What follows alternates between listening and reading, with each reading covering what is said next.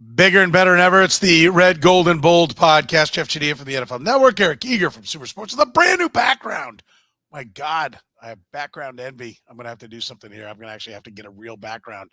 Now, I can't believe it. My name is Soren Petro from Sports Radio 810 WHB. We're talking Chiefs football, folks. We've actually had a game, preseason game, but a game nonetheless, and the Chiefs looked like crap. Why? Andy Reid said they were flat. Is this what a Super Bowl hangover looks like? We'll talk about what we thought of this first game against the Saints. What's the latest on Chris Jones, if anything? Defense sucked. We know that. Lots of blitzes for some reason. Who should be the backup quarterback for the Chiefs? Why can't they get a yard when they need just a yard? It seems like an impossible task for them. The new offensive tackles were debuted. Clyde Edwards-Helaire was featured. Why? I'm not sure. I will break down the running back position. It's all coming up right now on the Red, Gold, and Bold podcast. You're listening to the Red, Gold, and Bold podcast, the most in-depth analysis of the Kansas City Chiefs on planet Earth, breaking down the Chiefs like no one else can. Red, Gold, and Bold is hosted by Jeff Chadiha, Eric Eager, and Soren Petro. Jeff Chadiha is a senior columnist and on-air personality for the NFL Network and NFL.com. Eric Eager is the vice president of research and development for Sumer Sports. Soren Petro is the afternoon drive host of the program on Sports Radio 810 WHB in Kansas City. The Red, Gold, and Bold podcast is proudly brought to you by Gann Asphalt and Concrete, Kansas City's nationally recognized full-service paving and pavement maintenance contractor, making parking lot problems disappear since 1994. Free consultations, no commissions, in-house crews, and every project comes with a written warranty. Find them online at GannAsphalt.com or call 816-484-3338. Gann Asphalt and Concrete. One contractor, all things parking lot. Now, here are the hosts of the best Chiefs podcast, Jeff Chadiha, Eric Eager, and Soren Petro. That's right. Curtis said it. The best Chiefs podcast is off and running here on a Tuesday night. That's right, a Tuesday night. If you catch us via the what are they called? Podcast. If you catch us via I don't know why people do that. If you catch us via the podcast, you can be a part of the conversation in the chat room. We can see you. We can see your comments. We'll post your comments here up on the YouTube, the Facebook, the Twitch, even on the Twitter. You can be a part of that conversation if you join us. It's 8 p. usually. Sometimes it's 9 p. Central Time on a Tuesday that we go live with the Red, Gold, and Bold podcast. Jeff, Eric, let's get things started. Jeff, first of all, your thoughts on Eric's new background. I mean, long overdue. I love it. All these books sitting around in these boxes waiting to be opened up and showcased. This, all that knowledge on the back of the shelves there that created the man we call Eric Eager. I love it. How many degrees are back there, by the way? Is that 8 degrees? Well, yeah, the PhD is right there. I asked Petro when I came in, like, do you want to see one?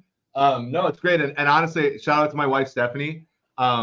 Yes, absolutely. This is like, a third of my books, and she somehow picked all the ones I like. So I was very happy. She's got great intuition there. So yeah, this is great. My new chair feels good. I think the thing that you guys know about me is I like to sit in a comfortable chair during the show, and the chair that I got doesn't make me look 800 pounds like a walrus or something like that, and it is comfortable. So I'm feeling good. Yeah, that's good. So I know it's the chair I have to blame for why I look like I'm 800 pounds. Thank you for that. Yeah, and I thought it was a bit of a low blow. Yes. My last semester of college en route to the very difficult to achieve broadcast journalism degree, I did take simply intro to coaching and TV news production. That was it in my final semester. But I got a degree. The only degree I think I need, and I don't even think I needed it. So you can take your PhD Petro, and frame it. Frankly, this is 11 years ago. I've gotten a degree in the School of Hard Knocks just by listening to your show and hanging out with you and talking Chiefs and getting made fun of for the last 4 or 5 years. So I will say education can come in all forms, all shapes and sizes. Yeah. Okay. Good to know. Good to know. All right. We got a lot to get to. Let's start with the game, Jeff. How about it? That's about as lackluster. Andy Reid called the team flat. That's kind, I would say, by the head coach. Not a good debut for the Kansas City Chiefs. Well, thankfully, it's a preseason game, right? So I don't ever spend a ton of time trying to dissect these things. Certainly it wasn't a great day for the defense. The offense with Mahomes out there was what one possession we're talking about here. But yeah, I think if you're Chris Jones, you probably watched it and felt good about what you saw because it felt as if any interest he had in getting more money out of the Chiefs probably was increased by the lack of defense being played. And we'll get into that topic in a second here, but I think more than anything, I think I heard Sam Mellinger talking to you about this. Sam Mellinger, KC Royals PR guy now, talking about this on your show a couple of days ago that, this team has had a long off season to enjoy being Super Bowl champions. And it's very hard to sustain that momentum. And it looked like a team to me that probably needs to have a couple more games to fine-tune itself and to find itself and to understand something that's very important about winning a championship with a young team. Just because you did it doesn't mean it's always going to happen. And I think that's the thing. You have a lot of young guys who had a lot of early success with this team, and it takes a lot more than just being good and having a great quarterback and a great coach to get back to a championship. Eric, can we answer this one? Does the room smell of rich mahogany? That's a good tweet. The over-under books read 5.5. Like, what are we talking about? Yeah, they said you were hitting Amazon hard. I mean, how many of these books were printed in the last if there's anything about me, it's the existence of useless information in my brain. You act like, yeah. Anyway, when I think of the game on Sunday, I think of obviously they missed Chris Jones. I didn't like the fact that Charles Omenihu was on the first team defense. And, even though that's not going to be the case in 6 weeks, and they still struggled. Offense was fine. I mean, the short yardage is the moon to them. Although it's funny, I was called out by a former Chief in my Twitter DMs. They've actually been, and I know Sam said this on your show, and I know you try to rebuff it by saying like making it whatever. But the Chiefs, like last year, they weren't great in short yardage. They've been better in other years. But it stayed the moon to them on Sunday, the short yardage play. The blitzing to me was trying to test out the young corners in man coverage, I think. And I, as I've said a number of times on this show, like, I don't think it's trivial that this defensive backfield is going to be good because they were good last year, because you're still looking at 4th round guys, Josh Williams, Jalen Watson's a 7th rounder who did start the other day. And McDuffie kind of got the runaround the other day. So I think that I agree with Jeff 100%. I think this team is a little down. I think it's been a long off season. I think it's been a short off season in sort of like that the other way because of how much they've had to like extend the last 5 off seasons or postseasons into February in many cases. So in my opinion, it was a culmination of a lot of stuff. But yeah, I mean it is concerning. Frankly, I don't think it's as simple as just blowing it off because it's a preseason game. Jeff, listen, this team, you mentioned Sam McDowell. He brought up a good point. When they won in 19, which was February of 20, we immediately went into a pandemic. There was no talk show circuit. There was no Saturday Night Live hosting. There was no speaking engagements, new commercials to do. There was just football. And listen, they did everything but win the Super Bowl. And we know they lost big, but they had injuries that complicated. But they were 14-1 back in the Super Bowl last year. This year was a big party, which it should be. You should be able to celebrate. I'm not knocking anyone, but they do not have experience in how to get beyond a celebration. Is this simply what a Super Bowl hangover looks like? It can be, certainly. I mean, I think the first thing you always have to understand is that every Super Bowl team, every team is different every year. So the team that won last year is different in different ways. There's no Juju Smith-Schuster. Obviously, 2 new offensive tackles.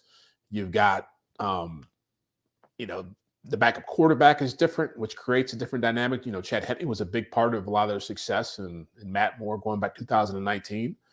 So that's all part of it. But yeah, I think that is a very astute point that in 2020, not only were they dealing with a pandemic, but they also put it out there that they were trying to run it back, which I think was their way of, I think that tried to be their motivation. Okay, let's go out and get a second championship. If we're going to talk about it as much as we're going to talk about it. And they were putting it on billboards.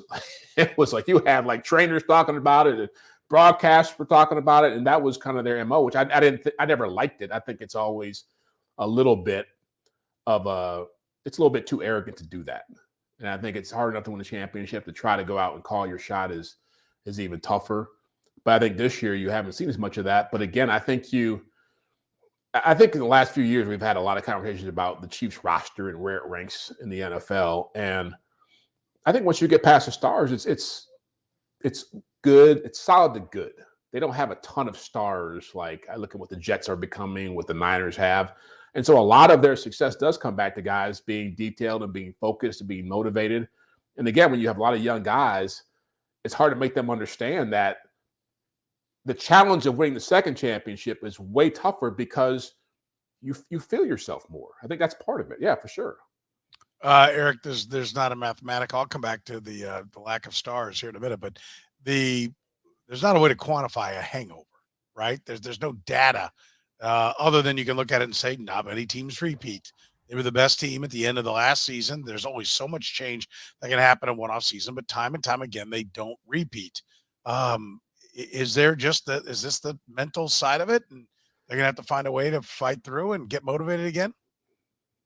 Yeah, I think so. I think that the other thing is last time they brought back almost everybody, and I think this year they brought back fewer. It's not as many. Like it's still pretty like complete roster, but there's aspects to that. But yeah, I mean, there's going to be exhaustion. There's going to be. I mean, you look at the Patriots over the course of their dynasty and like the early season stuff. 2018 they started 2-2. I think 2017 their defense was like the worst in the NFL for the first 4 or 5 weeks of the year. And I think all these teams kind of once they start feeling themselves a little bit, they start to kind of experiment and do stuff that helps them win. But I would be surprised if they came out guns a-blazing this year. And usually it's the team that loses the Super Bowl that has the Super Bowl hangover. Bengals last year started 0-2, and so forth. But the team that wins it, especially when they're in it, a lot of times it could be they could be in for a tough road of it. Yeah, I think they could. And I do think that there's a cumulative effect along the wide receiver side, right?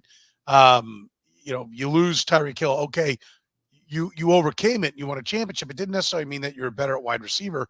Now you lose more speed in McCole Hardman, and you lose the possession guy in Juju Smith-Schuster. So we've talked a lot about the wide receivers. We'll talk a lot more about the wide receivers, but somebody's going to have to step up there for sure. You said no stars, Jeff. I mean, Travis Kelce's a star, no, right? I said after the stars. That's once you get past the stars. So like Kelce, Chris Jones, yeah, Mahomes, like those are their stars. And then so where I guess I would say where are they weaker besides potentially wide receiver? And I think on paper they are weaker at wide receiver. Where else are they weaker from last year? I think, well, it depends on Chris Jones, how motivated he is. We don't know what the defensive line is going to be. Yeah, that's for sure. And I think Eric's right. I think the hype around the corners is a little bit exaggerated. I think they have to prove it for an entire year. I think that you're talking about a secondary where you'll be asking Brian Cook to play a more pivotal role. You'll be asking Trent McDuffie to play in the slot more, which he's having to get used to doing that stuff. And you saw how that went in the preseason game when the A.T. Perry went over the top of him. You're talking about it's so, and this is, I'm not saying they're not a good team. Obviously, they're a great team, but and I said this on radio show earlier today, Border Patrol. We talked about I think people see this as like Alabama or Georgia in college football, where you just reload and you come out there and you're ranked number 1 or number 3. Like the margin of error for them last year when they had a championship, which proves their greatness, was very, very slim. And there were a lot, if not just in the playoffs, but throughout the season. I mean, there are probably 5 or 6 games they won just on the strength of Mahomes, just on the strength of other teams being banged up. And you can't always count on that. And I think a big part of last year's success was they were so bitter about the way the previous season ended, the loss to the Bengals and the Tyreek Hill stuff probably, but they had a lot of motivation. And when you're a team that keeps doing it over and over again, Eric brought up the Patriots, one thing they were exceptional at during their run was burying the pass. Making sure the Jets were bad. Yeah. Yeah. But they also kept that edge in the locker room, which speaks to the Chris Jones thing of, just because you're great doesn't mean we won't get rid of you. Well, So I think that is because let's talk a little bit. By the way, we're brought to you by Gann Asphalt and Concrete, proudly serving the greater Kansas City area, nationally recognized full service pavement maintenance contractor.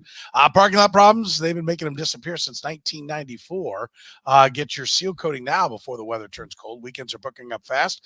Book right now at GannAsphalt.com or call 816-484-3338.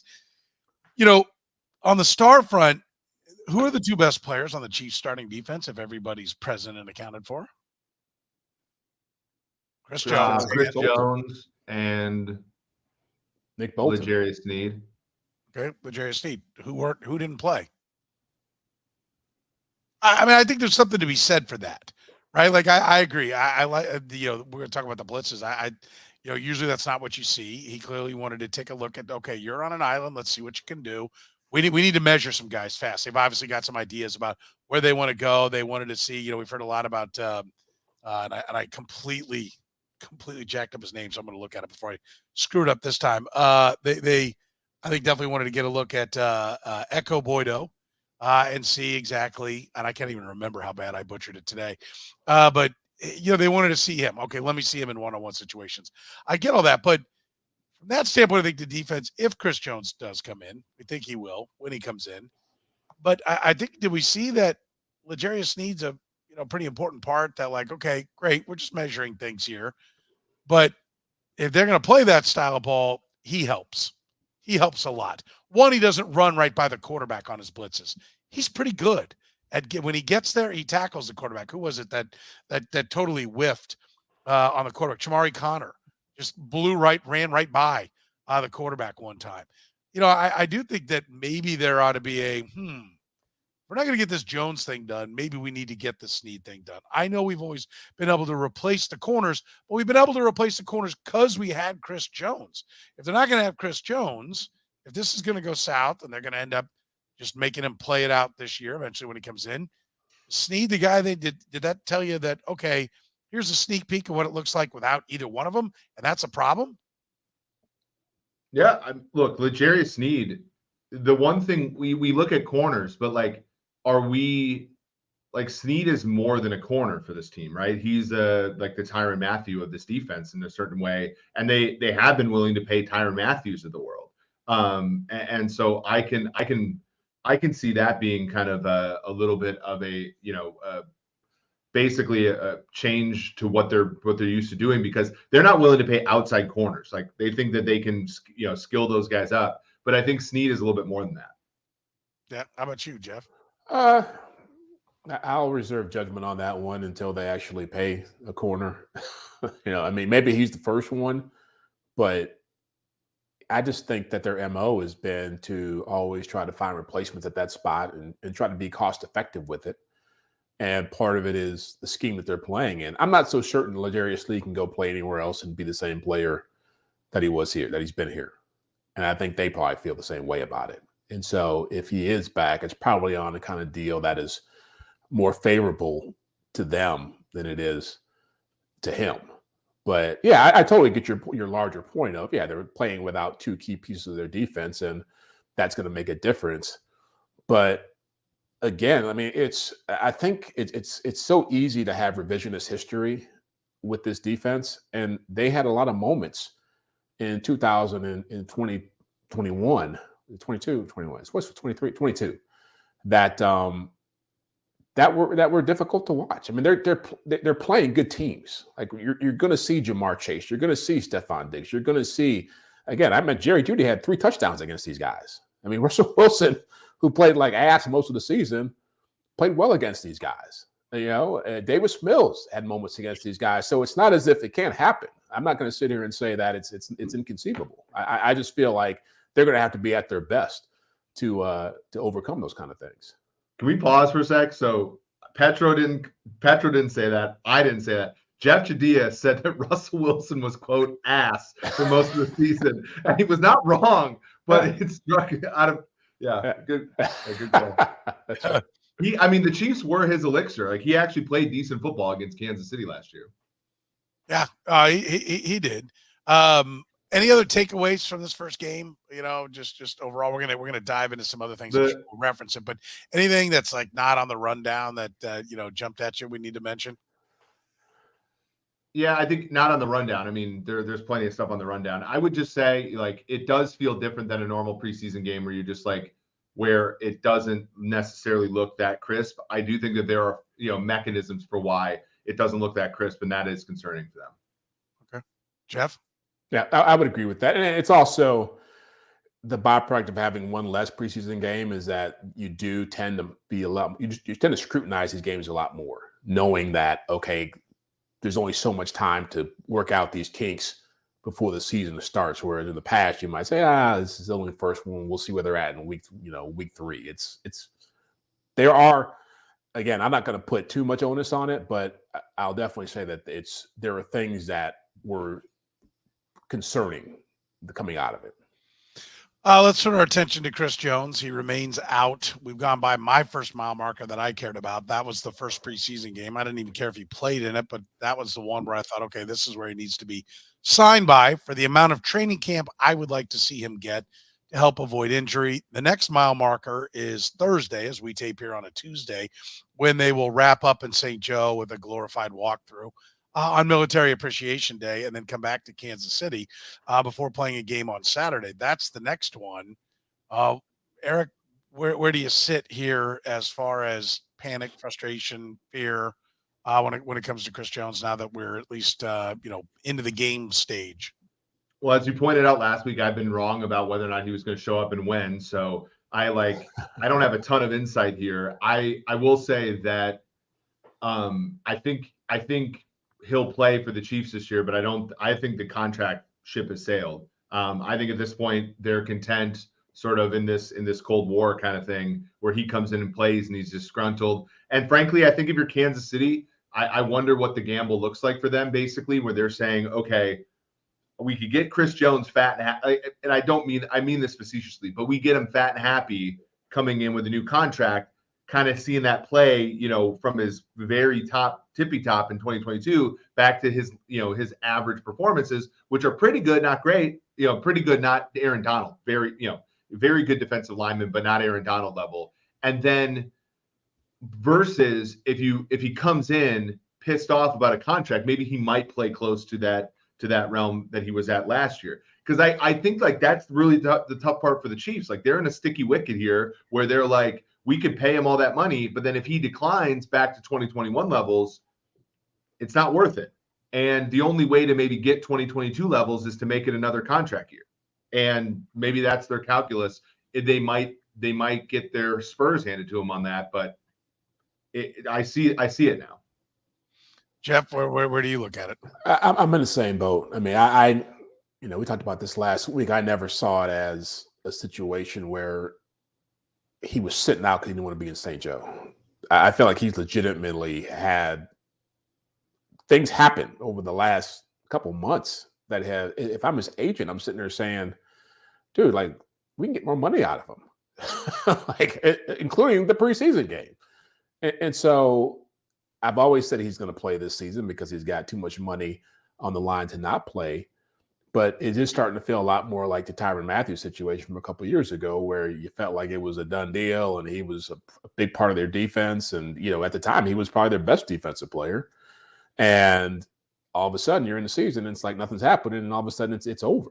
And I say that just because I think on both sides, I can understand it. And the Chiefs, if you're trying to make this thing, this window with Mahomes stay open as long as possible, with this current group, you're trying to make sure you can add key pieces, and you can't they're not winning these championships, especially last year, without being able to bring in a Carlos Dunlap or to bring in, a Jerick McKinnon or to find these guys that they can just pick up and add to the pieces. Kadarius Toney. That's how they want to operate. And they've never, in the history of the Brett Veach general manager tenure, been willing to pay guys a lot of money at 30. Right. But at the end of the day, Chris Jones is a big part of what they want to do and a big part of what they've been. And if he's not getting paid here, he's getting paid somewhere. Like he knows that. Like he doesn't even have to be a defensive player of the year candidate to get that kind of money. Like if you're a difference-making defensive tackle in this league, Like he's going to get it from someplace. Right. Let me play a game and just play along with me. Right. And I'm going somewhere with this. What do these players have in common? Jordan Mason, Shandon Sullivan, Olamide Zacchaeus. Olamide Zacchaeus. Olamide Zacchaeus. Let's get this thing on the tracks here. Keith Kirkwood, Demarcus Robinson, Byron Pringle, Jody Fortson, and Chris Jones. What do they have in common? I'll give you the list. They all have Chris Jones as agent. Yes. That's the Katz brothers' entire client list. So I want to point something out. Chris Jones is the only guy. First of all, half those names, most people listening to us have never heard of. Okay. No Kirkwood now. and there's some of the folks here. And props to Nick Jacobs, producer extraordinaire over at 41, does a fantastic job putting together a lot of their Chiefs coverage and everything. And he tweeted this out today. He said, players on the active NFL rosters represented by the Katz brothers per NFLPA records. And so my point here is Chris Jones, Jody Fortson, Byron Pringle, Demarcus Robinson. I mean, if not for the Chiefs, these guys don't have an office. You know, they're still in their garage, putting this stuff out. Like Chris Jones is the bell cow, right? That's it. The rest of these guys, let's be honest. I mean, you almost wonder, are they favors being done to keep the agent happy to try to, keep this part of the deal moving along? I mean, who cares if you get sideways with this group? I mean, really? Like, and those groups, the small agent groups, in my experience working with agents, it's like it gets like when they get desperate, when this is their one guy. Like we've had run-ins with like Dalvin Cook's agent, because Dalvin Cook's agent for a long time only had Dalvin Cook, right? And so when that thing started to have issues, right, I think they kicked him out of the Vikings facility. Zach Hiller is his name, and so like there are instances where the Wassermans and the Athletes First and all them, they got so many clients that like they kind of, these deals get done more quickly because it's like tit for tat, although, one guy here, one guy there, same team, all that kind of stuff. But when you have these like singular agencies, it can get dicey for sure. And if I'm not mistaken, correct me if I'm wrong, but Orlando Brown had an agent without that many clients too, right? And that was his only client. He wasn't even he was an NFL agent. Yeah, and so like when the Chiefs are doing contract negotiations, like right, there's a cadence when it's like Veach and Tillis and all those guys, and along with when it's an agent that like they know and they can strike a cadence here. But like the Orlando Brown thing, when like they were talking about the Orlando Brown saga for a month, and the sides hadn't talked for like 6 weeks, right? And so like this, sometimes it's like these agents oscillate between like throwing a fit, taking their ball and going home, and all this kind of stuff, and it's an issue. Yeah, I think the bigger issue is not so much the agent; it's the money in Chris Jones' pocket, and I said that last week as well. That when you have money, you can be a lot more difficult to deal with. When you're Orlando Brown or even Tyreek Hill, who took less money in his first big deal to go around, you're a lot more willing to play ball, and I think Chris Jones is in a situation where he understands. Look, I even feel like what happened with Zach Martin has an impact on what he's doing, where it's Zach Martin was holding out and we've all sat here and said, what are they going to do? He's locked up for 2 more years. Now he's got $18 million more in his contract because he played hardball. And I always go back to the numbers that, Aaron Donald got $95 million in guaranteed contract pretty much, at an older age than Chris Jones. And Quinnen Williams' deal, which is the second highest right now for defensive tackles, was $66 million in guaranteed money. And if you're splitting the difference there, it's $80 million you're talking about, right at the midway point of that. And are the Chiefs going to be comfortable giving Chris Jones $80 million in guaranteed money starting at age 30? I don't think that they are, which I think is the problem here. Yeah. And so I do think that the longer it goes, the more it looks like they're going to wait him out. And the question then becomes like, how much of a, how much of a distraction would Chris Jones be if he doesn't get the contract and he's giving up all this money in fines without some big signing bonus to come in and recoup it? I mean, well, do you think? I think he's already becoming a. Every time I hear Andy Reid talking about it, it seems like he's pretty frustrated with the whole thing. Yeah. Yeah. All right, listen. Well, because and I think historically, go ahead. Historically, Andy was a get it done head coach, right? He'd walk in and be like, get this thing done. And that's how you had the bad contracts with Justin Houston and Eric Berry and guys like that. And like, that's, they're out of this now. And I think like to Brett Veach's credit, he's earned the opportunity to do this somewhat, he's not doing it autonomously, but he's doing it.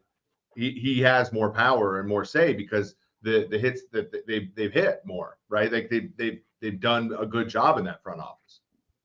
Yeah, for Did sure. Mahomes say some stuff too? I thought he was quoted somewhere. I think I was told he was quoted in Monday Morning Quarterback or saying he wants to have him here. And I think the undertone was that I took less money to avoid these kind of situations. Am I wrong about that? I'm just going off what I was told. I don't know if that's what he said. Yeah, I mean, I think without hearing, when you see the quote, you don't hear the tone, and I think that can be, very telling in what the meaning is on it. But he did say something to that effect. Yeah. But I don't know. I'm not. I think Patrick Mahomes is kept abreast of, the situation all the time. Does anybody think he's just out there wondering? Like, I'll bet you he knows where the negotiation is, what they've said, what each side's put out there. I'd be shocked if he didn't, wouldn't you? Yeah. No, I agree with that. But I also, what Andy was asked today or the day before, any knowledge of when Chris is going to be here, and he was just like, no, right? That was like a one-word answer. Yeah. Which, if this was going to be the end of training camp, they'd be a lot more. I think it's going to get done. I think it's close. Like we've been talking to him. If like it's a no, that means, to Eric's point, ain't nobody talking. Yeah. Right. Why risk accidents and liability with your parking lot if you've got a faded lot? Get it restriped. A brightly striped lot will cut down on accidents, keep your liability down, keep your parking lot safe as possible. Right now with our friends at Gann Asphalt and Concrete. Go to GannAsphalt.com. Free consultations, no commissions, in-house crews. Every project comes with a written warranty. It's online at GannAsphalt.com. Let's talk about the backup quarterback, Eric. Did you see anything that jumped at you? Is Blaine Gabbert the guy, or did the magic that was performed by Shane Buechele lead you to believe he should be the backup? I thought Gabbert looked terrible. I thought it was not great. He had the one deep shot to Richie James, which Richie James had to come back for. That's a touchdown if he lays it out there.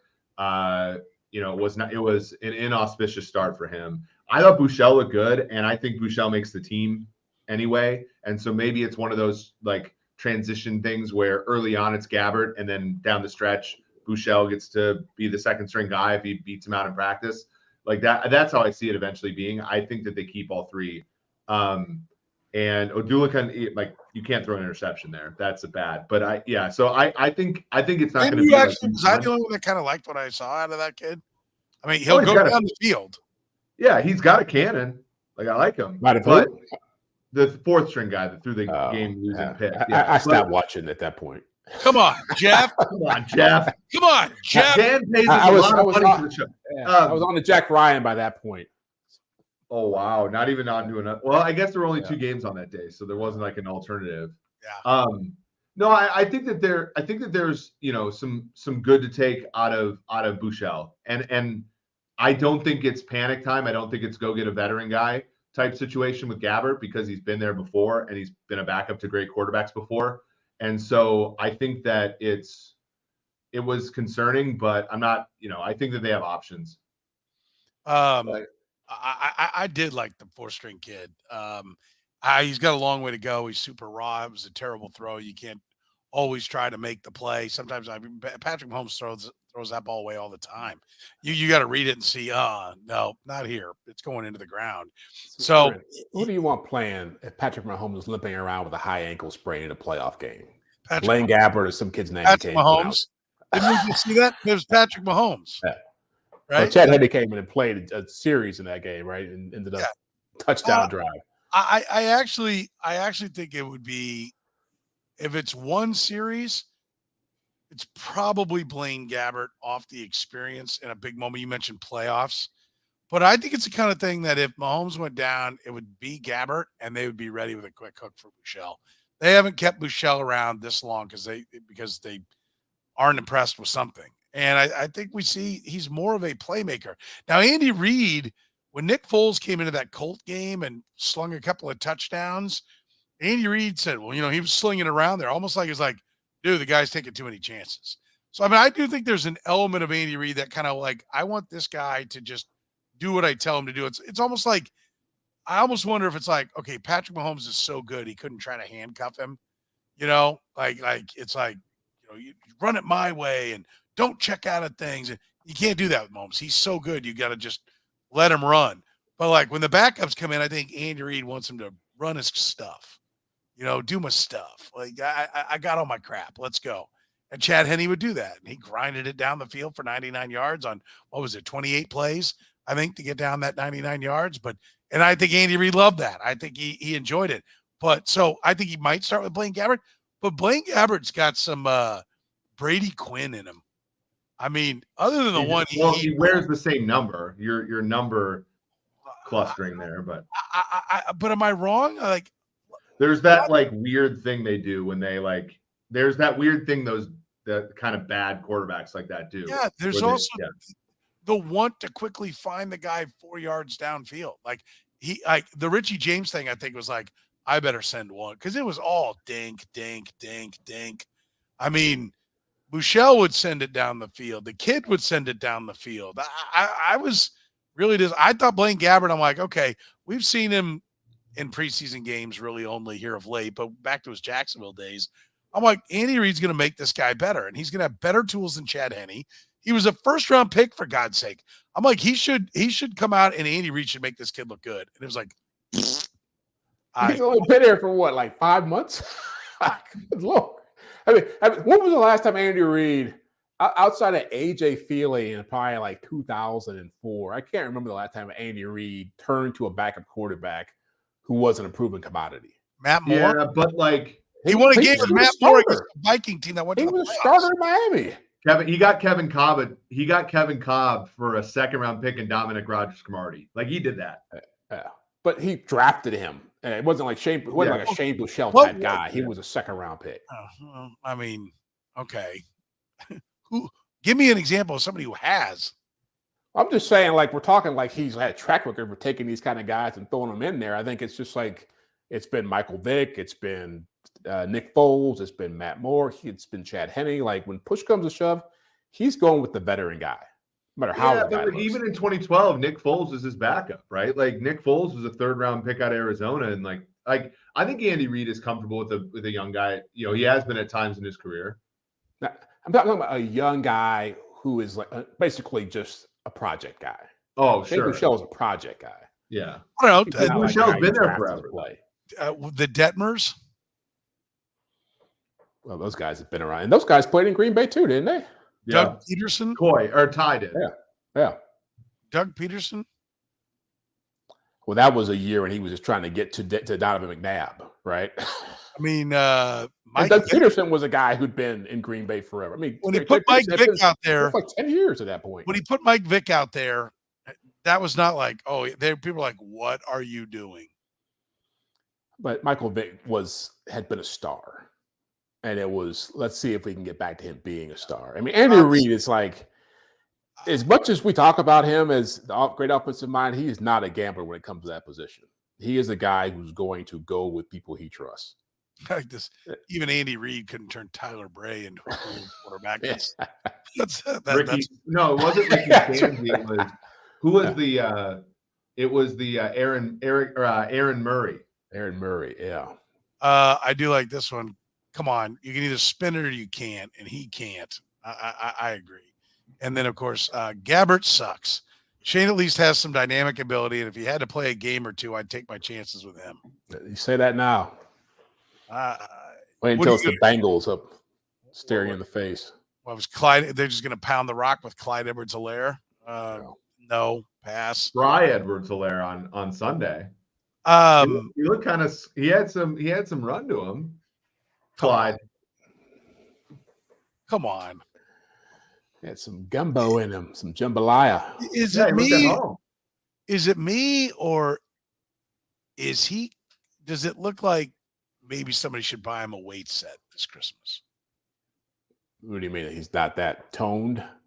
No, not at all. I mean, at 5'7", he looked awfully smooth. I mean, fat jokes, pile them on here. Yes, who am I to question someone's physical conditioning? You say he looked heavy. But I sit on my ass for a living, okay?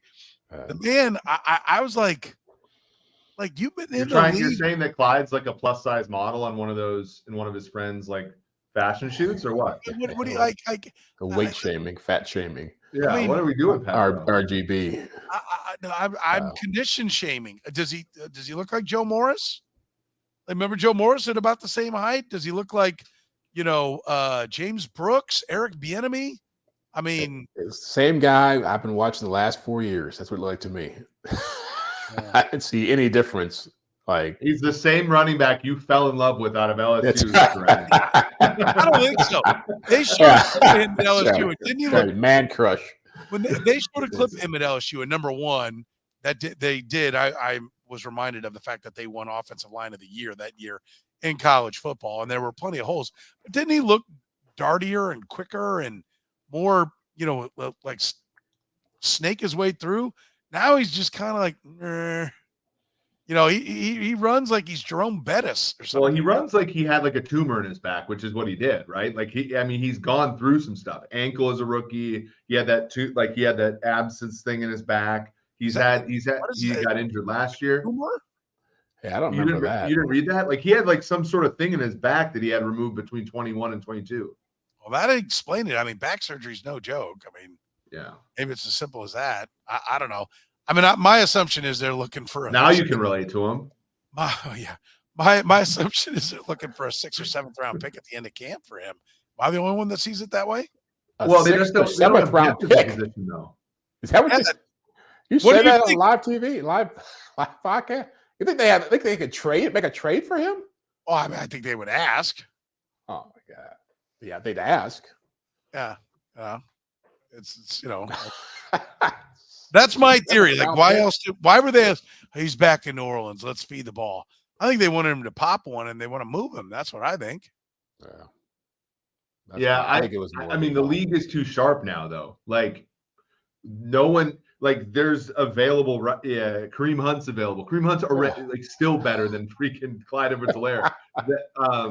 I guess salary's a deal because like Zeke and Dalvin Cook were not cheap this week, so there is that. He has that going for him. But there's plenty of running backs that have some spunk that will eclipse Edwards-Helaire. I was like, come on, man, let's get it moving here. All right, why, Jeff? Why is 1 yard such an impossibility for this team? Why is it so hard? Everybody loves their guard to guard, and they can't quarterback sneak it to save their ass. Like, what is the problem? It's one, they don't practice it. I'm sure that they don't spend a lot of time in short yardage situations in practice. Two, it's you play an offense that's predominantly shotgun oriented. And so it's when you're talking about short yardage situations, just talking about just getting up and mauling somebody, getting leverage. Timing's a big part of it. And then three, they don't run the quarterback sneak. So they got to get really tricky with what they do to make that happen. And they've been doing that for the last 5 years. So it's not like it's a surprise. It's just that's kind of that. I mean, there's so little time in the NFL to practice this kind of stuff. And there's really a lot of risk involved in it too. And so, yeah, they're just more of. What do you mean? You're talking about the injury? When you say risk? Yeah. I mean, I can't think of many teams that are going to line up and bang and try to get short yardage. Well, the Chiefs hit in practice more than anybody else does. That's the crazy thing. I mean, this time of year, I'm talking about during the season. You're talking about to actually practice it. You got to hit and practice. You're talking about getting some in practice. You can do it. Yeah. Because I was going to say, other than Patrick Mahomes' freak knee thing, when was the last time you saw a quarterback hurt on a quarterback sneak? I can't It's name rare. I can't remember. Yeah. What's that? I It's can't rare. name. Yeah. One thing that somebody pointed out to me after the sneak stuff was Trey Smith was like hurt last year. And when you look at like their expected points and success rate, all the stuff that Sam talked about in your show, Petro, like they were very good at short yardage in 21, like top of the league. And that they were middle of the pack in 20, middle of the pack in 19, I want to say. Like they've oscillated between being like top of the league, middle of the pack. And we think it's terrible that they're middle of the pack because they're top of the league at everything else. So Trey Smith in 2021 was healthy the whole year. Last year he missed some time, but he was also injured when he played. And that's their bruiser, right? That's their mauler. And if he can't push off in some of those short yardage situations as well as he normally does, then it's going to have some negative effects. So I do think it's partially to what Jeff said, which is just an injury thing to a certain extent with some key players on the offense. I love the idea of Blake Bell back there, but I don't think he helps either. I mean, he's high. He doesn't get down low and really drive the plow. He doesn't jump over it. I'm just like, what does Blake Bell offer? Blake Bell was a healthy scratch in the Super Bowl. There's clearly not anything that Blake Bell does that is adding to this BS quarterback role that he has. Because if he was like a core special teamer or a key part of the offense, they would have dressed him over Noah Gray or Jody Fortson in the Super Bowl, and they didn't because Noah Gray is way better than him, and Jody Fortson has way more spunk than he does in the passing game. So Blake Bell has I don't know why Blake Bell has that role other than they're trying to be cute. Let me ask you something. Someone just brought it up. You think the Eagles, that gladiator formation they got into last year for short yardage, then they just kind of roll that out whenever they want to? They practice that stuff, and they're a running team. And so I think running the football, being physical, just as throwing, it's a mentality. And if you want to, I think my problem with the Belldozer play they're in is just like you tricked it up. You got to do all this motion and put the guy in the center and run it. Just go. Yeah. But I think they overthink it sometimes down there, and they got away with it when Tyreek Hill was there because you can run the jet sweep off of it. I'm with you. I mean, if you want to be good at football, practice football. I mean, so like you got to. There does have to be a bit of a commitment to it, and they've got a lot of other things going on. But this is the first time I'd be like, I'm like, maybe let's put away some of the ring around the rosy crap and let's fire out a couple of quarterback sneaks. I mean, I'm like, I love that stuff. It's great. I think you do need to keep the league light. Let me tell you something. If he never runs it, if they're never good at it, I'm okay with it because they've won 2 championships sucking at it. So it's clearly not the most important thing, right? But I will tell you, I adore the Eagles running that. I mean, I had to just sit there. I mean, in the Super Bowl, I was like, oh, I got to give it to you boys. I mean, they were just kicking they were getting 7 yards. I mean, it was a thing of beauty. Yeah. Something to be said. That's football. Right? Yeah. I'm pushing somebody around. I think a few extra $1 million for Jacoby Brissett would go a long way. I'm all for it. I am all for that. Jacoby can play quarterback. Jacoby's way better than Blaine Gabbert. I mean, well, how much is Blake? What is Blake Bell's salary? 1.3, I think. Oh, well, that's not Jacoby Brissett's. It's not Marcus Mariota's either. That's expensive. Marcus Mariota's is like, I know you think he counts 2 and change, but he's going to get about 5 million total. So, yeah, you'd have to put a little bit more to it. But listen, if you're not going to put Mahomes out there, I'd be for that. What do we think of the new tackles, Jeff? Did you like what you saw there? Yeah, it's hard to really small sample size, but I think everything I've seen and heard so far, it seems like it's positive. I mean, a lot of what this offensive line success is going to come down to is just Mahomes being Mahomes. I mean, as long as he's back there, he's going to make a lot of deficiencies go away. So if it was Orlando Brown and Andrew Wiley and he made that work, I'm not worried about Donovan Smith and Jawan Taylor. I think they'll be fine. Eric, any initial thoughts off what you saw in the game from the tackles? Yeah, they look the part. They're big. They're physical. I'm happy with. I think this is the best Chiefs offensive line since probably the Trent Green era, right? Like I think that's especially if Trey Smith is healthy and that kind of thing. So like I was happy with how they performed. Yeah, I think so as well. I mean, I'm not even going to put one of the comments up there because the guy's been a hater from the get-go of signing it. So I'm going to until we actually see something. I refuse. I by the way, I do love this. There has to be some fat ass who can take a snap at the I do love that. That's great. I thought they looked pretty good. I thought the pass protection was actually good when they were in there, and that's what they're there for, obviously. And so to me, I think it looks like they're better at the tackle position this year. Again, small sample size. We'll see what happens when they get into the game against the Lions. Real quick, let's take a look at the running back position. Who makes this team, Eric, at the running back spot? I think it's Edwards-Helaire. I think it's Pacheco, McKinnon, and Prince. And Deneric Prince? Yep. No Jerrion Ely, no LaMichael P. Ryan is a key special teams guy? No. Okay. Jeff, you see it any different? No, I'm the same with it. I feel like there's a chance Clyde's not here, but I think that they still like him. I think they want to give him a chance. So I think that they'll go with 4, especially with Burton not being there now. You've got one more slot to work with there. So, yeah, I think they keep 4. So Burton for Prince is the only change out in the running backs. Yeah. Otherwise, it's the same. And is that? I mean, it was good enough last year. Is it good enough this year? That combination? McKinnon worries me just because he's older, and I think it's been. I don't want to say he's been living on borrowed time, but when guys get that old and the way he plays, like I could see a pulled hammy or something like that happen. I could see him getting banged up, which would seriously. The one of all the guys that I just mentioned, he's the one guy I think is most critical to what they want to do offensively. I think everybody else is replaceable. Yeah. By the way, just finish up with this one. What is the color changing going on at Soren's place? I realized my little sign fell over and you're getting the reflection of my television. That's in the background. I do not have a small pond on my desk back there. That's not what's going on. A koi pond back there? Yeah, just a little pond. There's some fish swimming around. No, it's the reflection of the TV.